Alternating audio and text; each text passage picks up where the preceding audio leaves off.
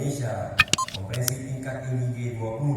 Tahun ini kita membuktikan diri bahwa Syederalun, ada yang unik saat upacara Hari Pendidikan Nasional atau Hardiknas di Kabupaten Aceh Tenggara yang dilaksanakan di lapangan kantor Bupati Aceh Tenggara, Kecamatan Babu Salam, Aceh Tenggara pada Senin 23 Mei 2022.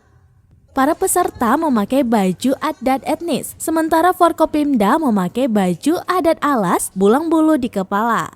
Upacara dihadiri Bupati Aceh Tenggara Raidin Pinim yang bertindak sebagai pembina upacara, Wakil Bupati Aceh Tenggara Bukhari, Sekda MHD Ridwan, dan Dim 0108 Aceh Tenggara, Wakapolres Kompol Ihsan, Wakil Ketua DPRK Aceh Tenggara Jamidin Hamdani, Kadis Dikbud Aceh Tenggara Julkifli, para OPD dan camat.